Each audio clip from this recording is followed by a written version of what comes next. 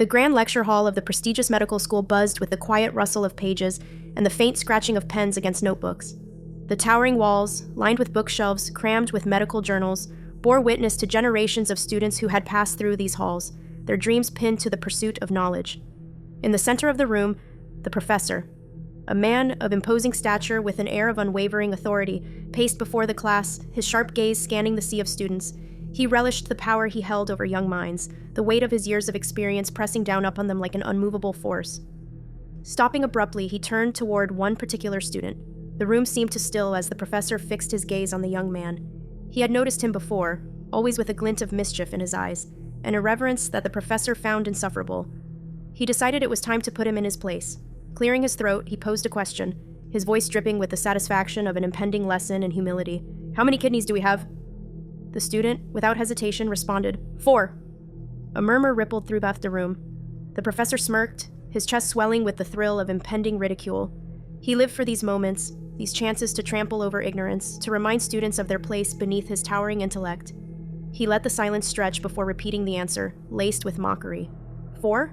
He arched an eyebrow, shaking his head. His voice turned sharp, each word a dagger meant to slice through the young man's confidence. "Bring some grass, because we have a donkey in the room," he ordered his assistant, his lips curling into a smirk. The class erupted into hushed chuckles, the tension momentarily broken. But the student did not flinch. He did not bow his head in shame or shrink under the weight of laughter. Instead, he leaned back with an air of effortless amusement. With a slow smile, he turned to the assistant and said, "And a coffee for me."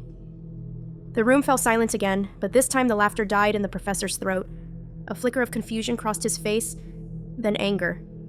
The audacity of the student, the blatant disregard for authority. His face darkened, and his voice thundered across the hall. "Out!" The command echoed against the walls, final and absolute.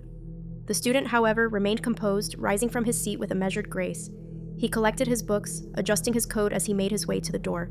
As he reached the threshold, he paused, turning slightly, his voice calm, yet laced with a quiet satisfaction. "You asked me how many kidneys we have.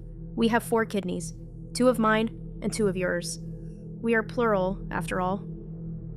A beat of silence hung in the air before his final words cut through the professor's anger like a scalpel. "Enjoy your meal, Professor, and let the grass be yours to enjoy." With that, he strode out of the room, leaving behind a stunned silence. The class sat frozen, torn between shock and admiration. The professor, his authority momentarily shattered, could do nothing but fume in place. That day, the students did not just witness a lesson in anatomy, they witnessed the power of wit, of intelligence wielded like a weapon.